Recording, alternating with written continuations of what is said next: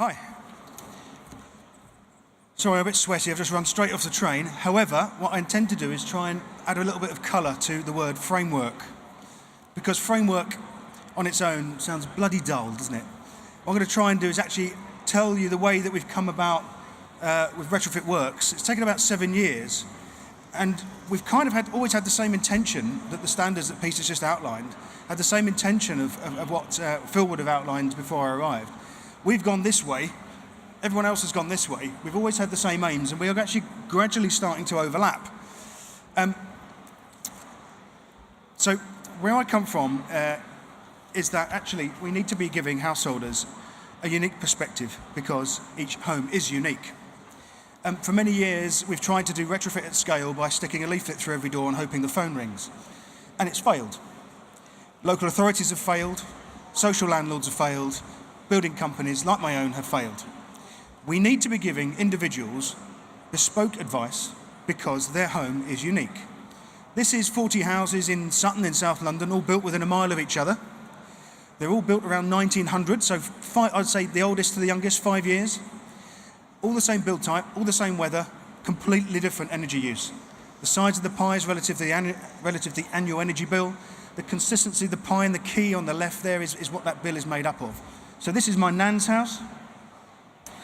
Very small bill, lives in one room. Would she invest in energy efficiency under something like the Green Deal because she's going to get an awesome payback? Not a chance. This house here, no idea who that is, but it's got a really old boiler. Very, very inefficient boiler, instant saving about £600 a year for that house just by swapping the boiler out. That's a fantastic investment proposition.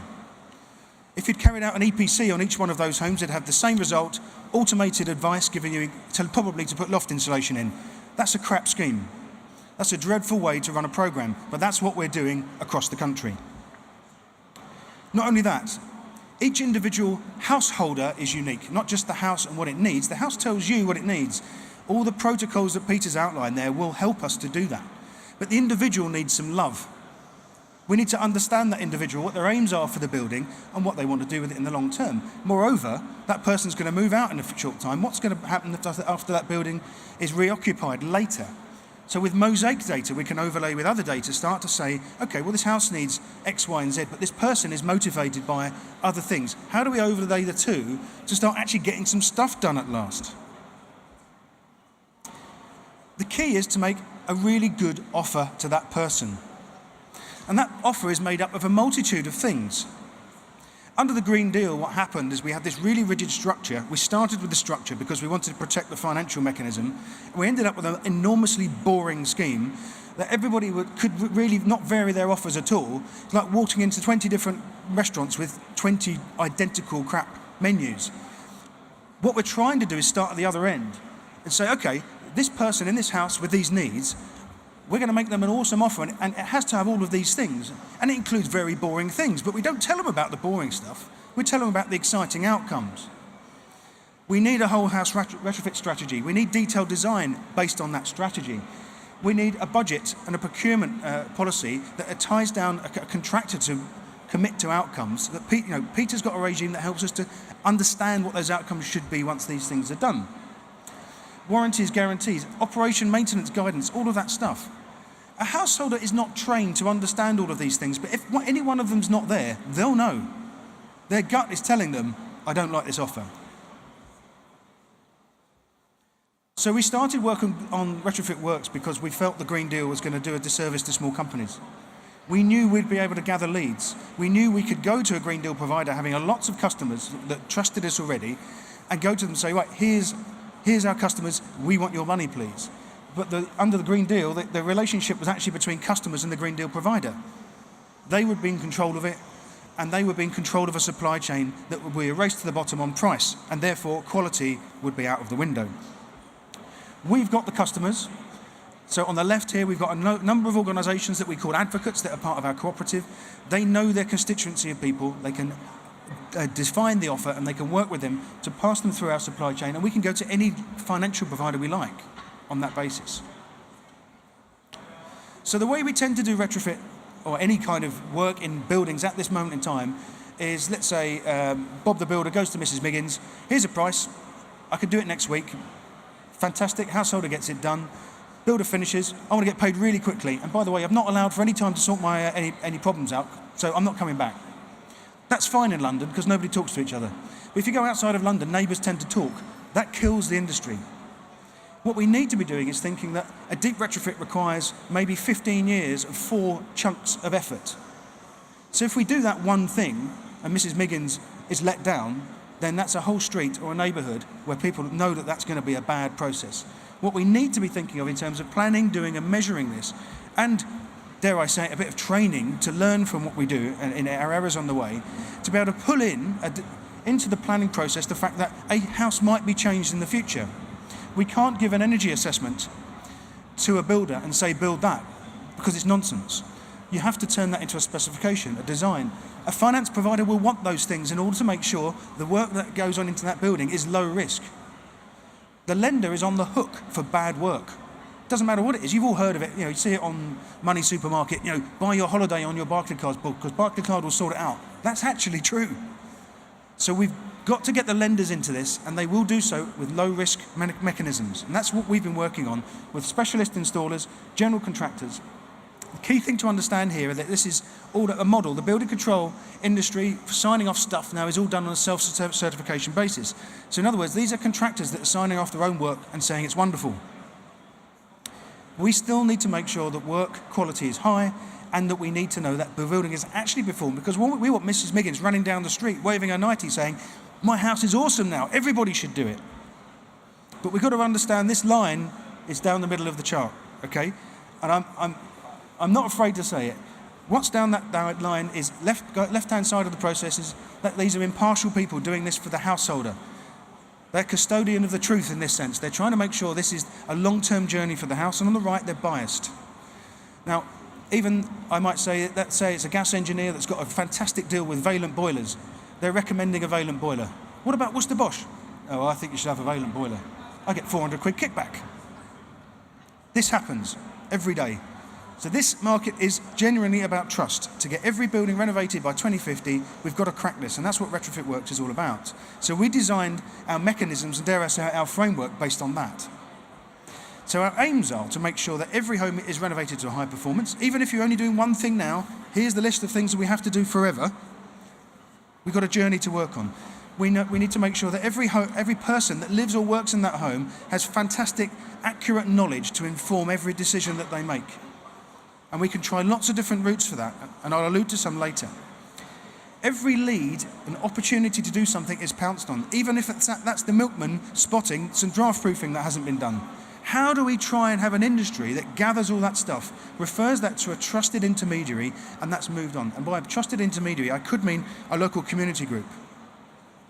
Exceptional execution, exceptional service. What I'm suggesting here is not normal. If we want to move to something new, we have to be awesome at it at every stage. So I'm going to speed through a few slides here because I really don't have much time. One of the key things, these are the key elements that constitute, in my view, a framework. A good quality regime, in other words, contractors, we tell them what they need to do and we make sure they do it. A design is in place to make sure that happens. PAS 2035 is an awesome thing. Try and read it when it comes out. Procurement to tie the contractor down so that you know what you're going to do to them if they don't do the right thing. Appropriate package of work, that's strategy. Making sure even if it's only 3 things going into very light retrofit, they complement one another and they don't block what's coming later. But importantly to this, and absolutely critical, is suitable coordination. And I'm going to give some examples of how the retrofit coordinator is absolutely critical to the future of our industry. But we start for this, if we're doing this at scale, in every house across the entire country, by having an understanding strategically of every building in the country. And I say this from the perspective of some work that we're doing for Bays right now on supply chain pilots. Literally this morning, we finished building a model of every single house in Haringey. We now have an energy model of every single house in Haringey. Within 2 months, we'll have every single house in London. We'll be able to log on and tell anyone that rings up the phone, exactly what they can do with their house without even going there. That's the kind of stuff that gets us to an exceptional standard of service. So it's about each of those buildings being occupied by someone that has a particular motive. Now, I tell you, if I go with a roll of loft insulation to each of them, it will tune into that motive and it will satisfy them. This person's got a health problem. This person wants to save the planet. Over here, this lady's cold. Loft insulation will sort that out for them. So we're tuning in to what is going to motivate them. And our advocates, a number of people here from our advocate friends here, that they are the people that know those people. They are the trusted intermediaries. They will be able to have that discussion, not me. And the practitioners, vetted supply chain is very horrible, but that's what we do. We make sure they're good and we look after them all the way through. And we've got some machinery that really makes this work. This is all about these guys working really, really well, very quickly and effectively, and we're doing all the crappy bits that they hate. And we get paid. And the contractors pay us because we've given them some work. But we sit round with each scheme and we work out what that percentage fee is. Open book, and we have done that with our current client of our major scheme, is the Greater London Authority. They've agreed that percentage fee before we've even started. I'm going to flick through that and to just basically say, if you go into the Trustmark framework about how this is set up, it pretty much exactly mirrors the membership criteria for our cooperative. And it's lined up with all of these organisational membership criteria. So if somebody comes along and says, I'm a member of the Electrical Contractors Association, I take that certificate and say, okay, right, fine, give me, sign a couple of these boxes here, give me this other certificate, and they're in. I know that they are competent to be a member of our organisation because we've done all that hard work up front already. And I'm proud to say, on that basis, we've become a Trustmark scheme. Instant access to these analysis tools that I've told you that give you, given the fact that we also analyse the person's income, etc., we know that that person has access to eco-funding potentially. We discount the costs of our members. So the costs in this column here in the middle, they are from our RetrofitWorks members database, which is updated live from whenever they change their prices. So we know a particular person straight away is going to be able to do something or not without even a survey, based on analysis of the building and the current prices of our members that are based locally to them. We've got tools to enable us to understand where those members are at that time, and members can change their prices at any moment in time. And we've got apps that allow the individual person that's been assigned that job, and they wouldn't be assigned it if didn't know they weren't competent. They know what job they need to do. It's listed out. Even if it's a boiler swap, there's about 16 things that constitute a good job within a boiler swap. Take a photo before, during and after of each of those phases. And by the way, we help them by sending them a particular checklist of what that person might have in terms of a vulnerability to make them aware of how they need to handle that customer before they've even gone into the building. If that person's got anxiety issues, they might need it all explained every step of the way 5 times. Most builders would say, or contractors generally would say, that's not a customer for me, they're being a pain in the bum. No, they need it explained 5 times.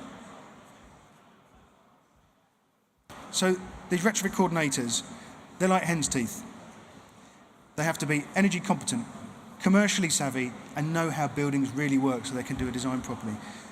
There's 15 of our guys there that we're currently working with for the GLA, and thanks to our work with the Retrofit Academy, we're going to have another 30 or so of them within a couple of months that will be working on this. So these are people that actually spread all over the country.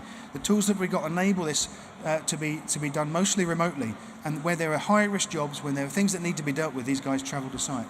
And the key thing is, I'm flashing through this, I'm sorry, the customer journey is designed to suit the people that are involved. So if our advocates are really on board with this and they have got a number of competent people to do the advice and the energy assessments, they might go quite a long way down this line here that's entitled RetrofitWorks. Whereas if they're not, they just want to hand us some leads, that's fine. The key thing here is that we nuance each of our projects to the individual schemes where people have designed this at a local level for themselves. The Greater London Authority contract, we're in the middle of renovating 1,250 homes for the Mayor of London. And there is a grant involved, granted, this is not an able-to-pay scheme. The key thing here is that we've got an exceptionally high number of very vulnerable people, yet we've got a less than a 3% dropout rate through this scheme. You go to Germany, I was in Germany last week speaking to people who run similar schemes, they have a 90% dropout rate. This is down to the retrofit coordinator caring about the individual, caring about the long term of that building and the fact that it will need a deep retrofit at some point in the future. The householder knows that, they buy into it, and they work with that person. And we have a large number of people that are hoarders as well. They are the hardest people to tackle of all. We're now using this as our test case to try and transfer to the able-to-pay market, which I'm proud to say we're doing with Bays. This is one slide I forgot I was going to have in there. So this is the range of measures that we're installing for the GLA. Typically, a fuel-poor programme based on eco-type rules might have 1 or 2 measures in it at max. We've got a very wide range of measures going into this scheme because we pick, and in every situation, what is appropriate for that building, not what we're going to make money from. We work out what's best, we find the supply chain to deliver that. And we're working with Bays to bring that to life on an able-to-pay basis. The key thing about this is that we believe we're going to be working off a database of the best data that's ever been collected on housing stock in the UK. And that includes information on the housing, on the occupants of the housing. We believe that this is going to be essential to driving down the cost of doing the marketing. It's funny, I ran a session with a bunch of suppliers that want to be part of our Oxford programme on Monday, and they all kept saying, well, where's the money for doing a massive marketing campaign to get the brand out? I said, well, we're not going to do that. If we need that, it's going to die before we've even started. We need to be intelligent. We need to work with our community groups, work with you. So the GLA programme, 75% of the leads on that have come from our contractors. They find the customer and they give them to us to put them through our process because they know they're going to get a better job out at the end of it. That's real faith from the supply chain. So we as RetrofitWorks, we're working in 3 areas: Sussex, in London, Retrofit Together, and Cosy Homes Oxfordshire. It's a name. And we're working together quite hard to try and really make this a reality. And those 3 schemes are very different from each other. If you want to know more about it afterwards, I'll be more than happy to explain. Very, very key to this is working on data. And we've got householder apps now, so a householder could log on to their house, play around with the data. In some instances, we've made the data up because there's no data. But we tell the householder that. So if you go onto the Zoopla website and you want to get accurate price for your home, you've got to change the data around. A householder can do that with theirs. That's not something a professional would work with until we've had the survey done. But it gets them in, and it's no cost. They've got some information. They can bite a little bit, and then we can start moving them through the journey. The key thing for me is to make sure that what we've got to do is really work very hard at making sure these sorts of schemes, not just mine, there'll be lots of others that start coming into the place as well, are made a reality. But the key thing for me is to make it easier and faster for the retrofit coordinator to do their job. At first glance, you might think, oh my God, these are really professional people, they're very expensive. They deserve to be paid very well. The trick is to make their job easy and slick and give them tools to bring decisions into reality very, very quickly. Because they can't be expensive, because that's built in. The householders tune into payback of their retrofits, even if they've got a shiny BMW that depreciates on the drive every day. That's the sort of thing they're tuning into. So we've got to get that right. The key thing, there are a number of people that don't like the idea of this retrofit coordinator because it brings this element of impartiality. It takes some of the larger contractors, they don't like not being in control of that customer relationship. And I say, okay, well, you crack on, because people will vote with their wallets and they will vote for trust. We've got to work on that basis. This is the way it's going, and I really look forward to seeing how we go on, especially with our colleagues at Bays over the next 2 years, really trying to push this, because I think we're going to come up with some really exciting things. Thanks very much.